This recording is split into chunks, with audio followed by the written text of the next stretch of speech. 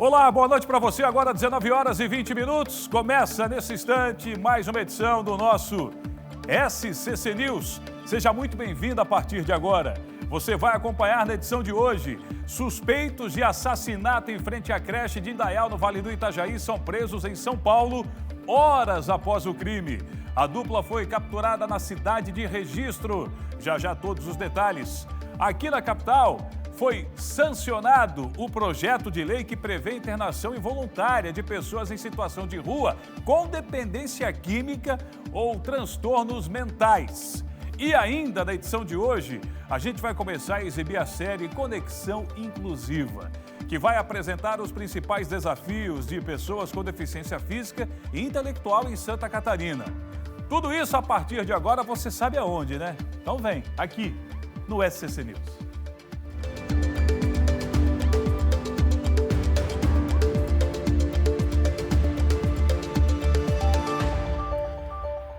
Tem sugestão de pauta? Vai aparecer aí o nosso WhatsApp, o QR Code também para você mandar para a gente. Fica aí à vontade para você interagir no 489-9162-2676 para facilitar a sua vida e a nossa. Tem também o QR Code, então bora participar.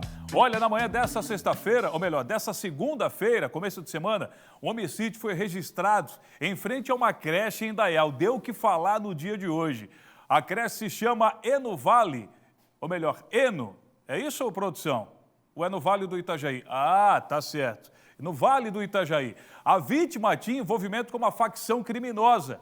Acompanhe a reportagem.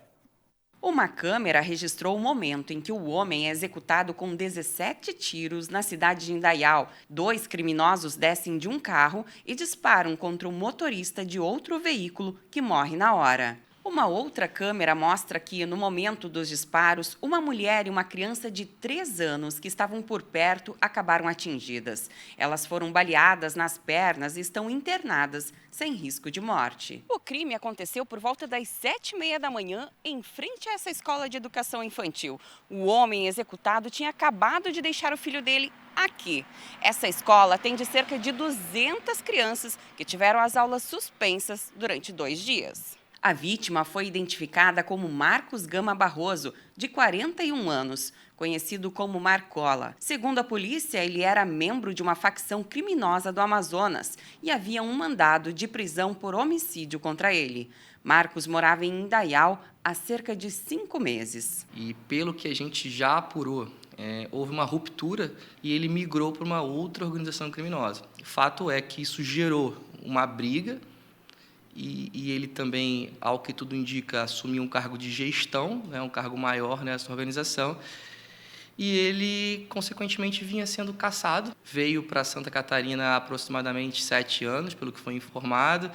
Morou em Balneário, morou em Itapema, Navegantes, Itajaí. E aí, num determinado momento, eles decidiram vir para Indaial, que é uma cidade, em tese, mais tranquila. A Secretaria de Saúde já foi determinada que escalhe os profissionais, os psicólogos aí para fazer o acompanhamento, porque muitas crianças presenciaram toda essa situação, os pais que estavam aqui chegando e também os profissionais causando um grande pânico para todas as pessoas e para diversas crianças aqui, o acontecido, o ocorrido aqui. Os 2 suspeitos foram presos na cidade de Registro, que fica na divisa entre São Paulo e Paraná. As informações chegaram para a gente que eles confessaram o crime e que, a princípio seria um acerto de contas entre eles, que a vítima haveria efetuado assassinato do irmão de um deles, bem como haveria também uma briga entre facções criminosas. Imagina o susto, de quem estava perto presenciando. Você viu que uma mulher ficou ferida na perna, graças a Deus não corre nenhum tipo de risco. Boa recuperação e para uma criança também. Olha, em Florianópolis foi sancionado o projeto que prevê internação involuntária de pessoas em situação de rua. Isso com dependência química ou também transtornos mentais que estejam colocando em risco a própria vida ou a vida de terceiros. Bora conferir a reportagem? Pode rodar. O ato da assinatura aconteceu na passarela Nego Querido. A partir de amanhã, as nossas equipes, quando identificarem uma pessoa em situação de rua que não esteja no seu juízo normal, que esteja colocando em risco a sua própria vida ou que esteja numa agitação extremamente grande, colocando em risco as outras pessoas, a nossa Secretaria de Segurança e Ordem Pública vai apoiar a assistência social para que esse cidadão seja recolhido ao nosso CAPS, para que passe por uma avaliação do nosso psiquiatra. Se o psiquiatra entender que ele não tem condições de conviver na rua do jeito que ele está, ele será internado, ainda que não queira. Vamos manter contato com a família para ver se a família autoriza, mas se não acharmos a família, mesmo assim ele será internado. Hoje, Florianópolis conta com aproximadamente 900 pessoas em situação de rua. Nós temos hospitais como o IPQ, que é um hospital psiquiátrico específico para isso. O Hospital Celso Ramos também nos dá suporte se for um surto psicótico. E assim outras entidades já estão cadastradas. Uma segurança a mais para a população e para quem recebe o atendimento, uma possibilidade de sair da rua e receber ajuda. Quando muitas violências que ocorrem por conta dessas pessoas que podem estar drogadas ou podem ter um problema psiquiátrico. A gente está protegendo toda a sociedade, protegendo as pessoas para não sofrerem violência e também essas pessoas para que elas não sejam violentas com ninguém, não façam violência contra si próprias. Ao ser internada, a pessoa em situação de rua pode ficar recebendo atendimento até 90 dias, a depender do caso. É lógico que a gente vai acompanhar. Aliás, não é só em Florianópolis não, porque hoje teve votação final do projeto de internação voluntária ao lado de Floripa. Isso mesmo, no município de São José. Para ter mais detalhes agora, vamos com a Sofia Gonzalez, que vai trazer tudo para a gente. Ô Sofia, já tem algum resultado, uma definição? Boa noite. Temos sim, Cleiton. Boa noite para você, boa noite a todos. Nós acompanhamos a sessão na tarde de hoje, onde os vereadores debateram e também votaram esse assunto bastante polêmico. E o projeto, então, foi aprovado pela segunda vez. Foram 17 votos favoráveis, uma abstenção e uma ausência. Na primeira sessão, que aconteceu na semana passada, a maioria também votou a favor. Esse projeto de lei institui, então, um programa de internação involuntária de dependentes químicos em situação de rua de São José. E, de acordo com a proposta, assim como Florianópolis, o tratamento vai ter uma duração de cerca de 90 dias e vai ser indicado de acordo com o tipo de droga e também o padrão de uso. E cada internação deverá ser notificada ao Ministério Público.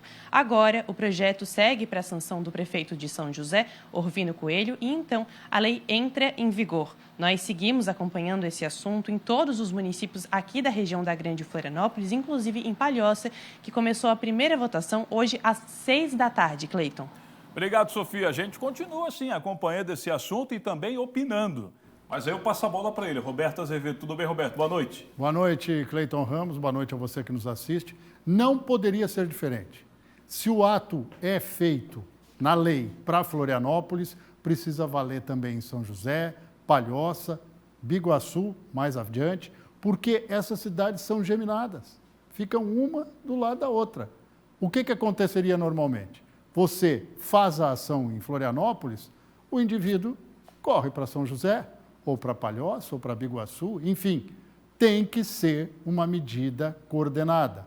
Outra questão que tem que ser levantada sobre isso é a eficácia a partir dos fatos que forem acontecendo. Porque eu não tenho dúvidas que alguém vai questionar as medidas na justiça, constitucionalmente, evidentemente, mas dentro do critério de que está se tomando a primeira decisão, é o primeiro passo para resolver um problema complexo, um problema que incomoda, um problema que precisa de solução. Porque o que menos a gente precisa é de gente violenta na rua, mesmo que tenha uma situação vulnerável do ponto de vista social, e colocando em risco a vida de outros, né? Mas tem outro assunto que está movimentando legislativos aqui na Grande Florianópolis. Hoje, na capital do estado, a Câmara está analisando o pedido de cassação do vereador Maicon Costa, que ainda vai ter 1 hora para fazer a defesa na sessão que está acontecendo agora. Ixi, vai longe. Vai longe. Tá certo. Detalhes lá na coluna? Lá na coluna. Como sempre, o brilhante Roberto Azevedo. Olha, Roberto, obrigado. Até amanhã. Olha, a gente vai agora até o portal SC10 para saber notícias aí do Brasil e também do mundo. E olha, se o que eu estou pensando ela vai chamar, eu fiquei chocado quando vi hoje lá na redação. Boa noite para você, Giovana Pacheco, bem-vinda. Boa noite, Cleiton. Boa noite para todo mundo que está nos assistindo. E, Cleiton, é exatamente o que você está pensando.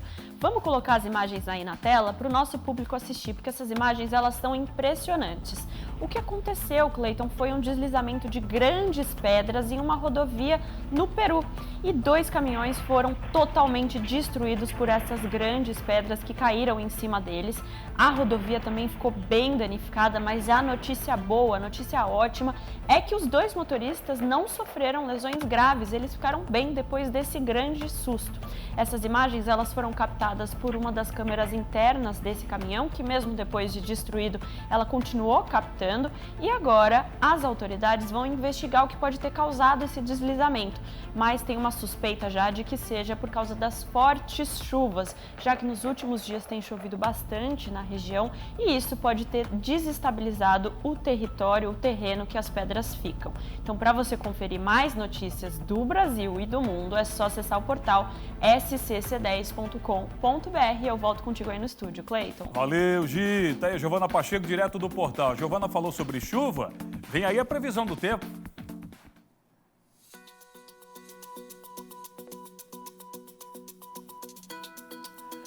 Olha, terça-feira vai ser de tempo estável, causado por uma frente fria próxima do litoral de Santa Catarina. Nada de esquecer o guarda-chuva. Os mais antigos diziam, o morcegão. Há risco de temporais localizados na madrugada e também à tarde, com afastamento lento dessa frente fria. E entre o final da tarde e a noite, o tempo começa a estabilizar a partir do oeste catarinense. A temperatura fica mais baixa comparado com dias anteriores. Agora a gente coloca algumas cidades aí para você. Olha só, você está vendo imagens da beira-mar de São José. Em São José, a terça-feira será nublada com chuva, mínima de 17 e máxima de 20 graus. Essa imagem é ao vivo. Agora a gente sai daqui, pega a BR-101 e para onde? Em Balneário Camboriú, nublado com chuva. Previsão para terça-feira, 22 a máxima, ou melhor, 22 a mínima e 24 a máxima. Girando mais uma cidade, pode colocar aí ao vivo. A gente está em Chapecó, olha só, Chapecó terça-feira terá mínima de 17, máxima de 21 graus e teremos uma terça-feira nublada com chuva em Chapecó. Então, fica ligado aí que essa é a previsão do tempo para você. Olha, hoje a gente começa a exibir a série Conexão Inclusiva. É o assunto que você vai ver daqui a pouco, a matéria tá demais e vale a pena, hein? Vai apresentar os principais desafios de pessoas com deficiência física e intelectual em Santa Catarina. A gente volta daqui a pouco. Fique aí.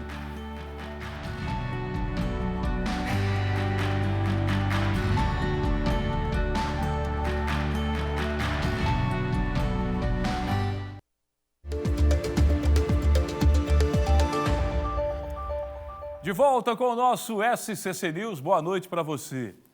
Agora a gente tem uma novidade aqui no SCC News, hein? A gente tem a série Conexão Inclusiva. Pode rodar.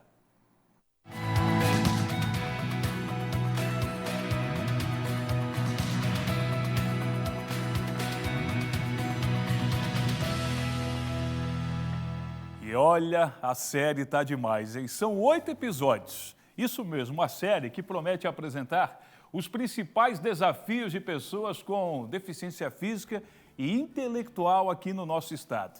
Famílias e profissionais de saúde de todo o estado participaram desta série, que busca informar e também inspirar.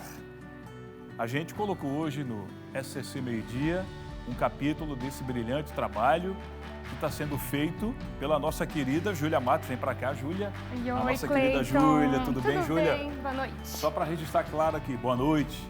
A reportagem é dela, a produção é do Cleiton Carlos e as imagens do Alexandre Cruz. Isso, a edição de vídeo também do Jefferson Vieira. Exatamente, né? E a gente viu hoje, meio-dia, né? As faces do espectro autista e também as histórias que vão continuar agora, aqui no SCC News.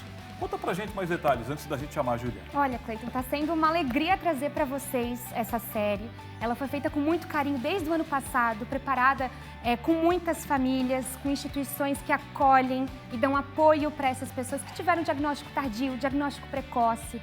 A gente fala sobre trissomia 21, espectro autista, deficiências intelectuais, deficiências físicas e as dificuldades dessas pessoas. Então, as famílias abriram os corações, abriram as portas das casas para contar dessas experiências. Foi muito legal acompanhar. Vamos acompanhar então? Vamos lá. Pode colocar aqui na tela. O João enfrentou os desafios da falta de audição e do espectro autista e ainda assim descobriu como desenvolver a linguagem e o afeto.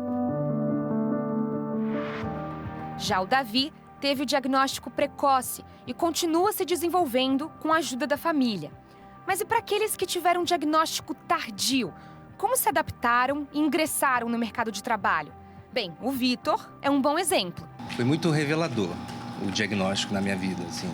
Eu sempre senti que algo era diferente em mim e com o diagnóstico eu consegui entender muito do que eu sempre senti desde a infância, né? Desde a infância eu não conseguia ser muito bem entendido, interpretado em alguns momentos, né? Lógico, não tínhamos tantas informações como temos hoje sobre o autismo, né? Sobre o espectro, estar no espectro. E com esse diagnóstico mesmo tardio, ressignificou a minha vida. O Emanuel também ganhou as redes sociais. Autista e apreciador de música eletrônica, o pequeno assistiu a um show na cabeceira da Ponte Hercílio Luz, na capital catarinense, com os fones de ouvido, uma das estratégias adotadas pelo Vitor. Como eu estou no suporte 1 do espectro, eu não tenho muitas características visíveis, né? Então, são mais questões cognitivas, às vezes, que podem aparecer, como, por exemplo, eu sou hipersensível ao som, por isso eu até uso o meu fone, que foi uma descoberta incrível, né? Muitos dos meus pacientes hoje, quando colocam um protetor auricular, eles não acreditam, né, no que está acontecendo, porque nós escutamos muito mais alto, né? Sentimos o cheiro, às vezes, muito forte, muito intenso, sabores, a iluminação também pode incomodar bastante. Uma das maiores dificuldades são evidenciadas no mercado de trabalho. A Fundação Catarinense de Educação Especial acolhe essas pessoas, além de encaminhá-las para um emprego inclusivo. O Tiago foi um deles. Ele é responsável pela organização de produtos em farmácias há 12 anos. Meus pais descobriram que eu tinha autismo quando eu tinha 8 anos. Certo. E depois da descoberta, o que vocês fizeram? Procuraram uma educação, procuraram um espaço para mercado de trabalho? Como é que foi? Aí eu comecei a frequentar IATEL, aí depois entrei no mercado de trabalho pela Fundação Catarinense de Educação Especial. Na inclusão, o convívio e a troca de experiências é o que engrandece o mercado de trabalho. O Tiago veio para a nossa loja, a gente tentou adaptar ao máximo o ambiente para ele, que eu acredito que é isso que todas as empresas devem fazer, porque eles são profissionais excepcionais, maravilhosos, né? Perfeitos em tudo que eles fazem, muito corretos. Então, ele traz essa tranquilidade para a gente, como o ambiente está adaptado, ele consegue desenvolver a função dele tranquilamente, corretamente e trazendo os resultados para toda a equipe. O Vitor, que trabalhou por anos como fotógrafo, descobriu junto do diagnóstico o porquê de multidões, geralmente presente nos eventos que participava, lhe traziam tanta aflição. Hoje ele trabalha como artista plástico e terapeuta e busca a reclusão como fonte de tranquilidade. Para ele, o entendimento das pessoas que convivem com autistas no trabalho pode ser o diferencial para o bem-estar dessas pessoas, um gesto de aceitação. Pelo que eu tenho visto, né, para vários pacientes, amigos que eu tenho atendido e conversado bastante, adultos autistas que estão no mercado de trabalho, é a falta realmente desse entendimento, né? Muitos autistas às vezes não têm os filtros, né, necessários para uma conversa social e acabam falando coisas óbvias, né, para o autista, mas que para a pessoa às vezes soou um pouco grosseiramente, né, muito grosseiro. É um entendimento desse empreendedor, né, desse empresário, entender que essas pessoas têm sim limitações, mas elas devem ser ouvidas, né? Uma pequena entrevista, fala, olha, quais são suas sensibilidades, quais são os gatilhos que te fazem desregular. Isso já vai ajudar muito.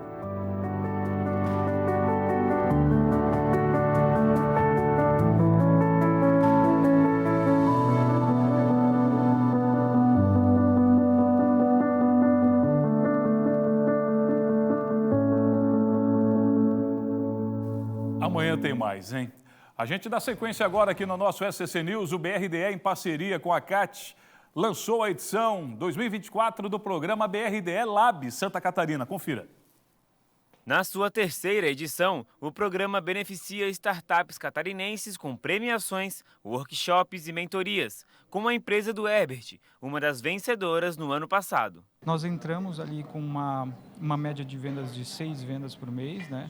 E utilizamos o conhecimento do BRD Labs para melhorar o nosso comercial, estruturar algumas etapas e capacitar o nosso time. O evento de lançamento contou com a participação de empreendedores impactados pelas primeiras edições do BRD Labs SC, uma oportunidade de networking entre empresas. Nosso objetivo aqui é fomentar o ecossistema de inovação em Santa Catarina, trabalhando muito não só aqui na Grande Florianópolis, mas em todo o estado, fazendo que quem tem uma boa ideia possa crescer e possa continuar acreditando em Santa Catarina. Neste ano serão 18 startups catarinenses selecionadas em 2 categorias e com premiação em dinheiro para as vencedoras. Ao todo, mais de R$100 mil serão investidos, além de capacitação com mentorias e workshops. Mas o mais importante, além do prêmio, é realmente a participação e o engajamento das empresas. Ano passado a gente teve 98% das empresas participantes concluíram o projeto e a grande novidade desse ano, a gente vai ter um pool de empresas selecionadas só para trabalhar com a área de investimentos, que é a grande novidade do ano. Investir em startup, investir em ciência, tecnologia e inovação é talvez o principal caminho para a gente garantir um novo ciclo para o Estado. Obrigado pelo carinho e amanhã a gente volta. Tchau, tchau.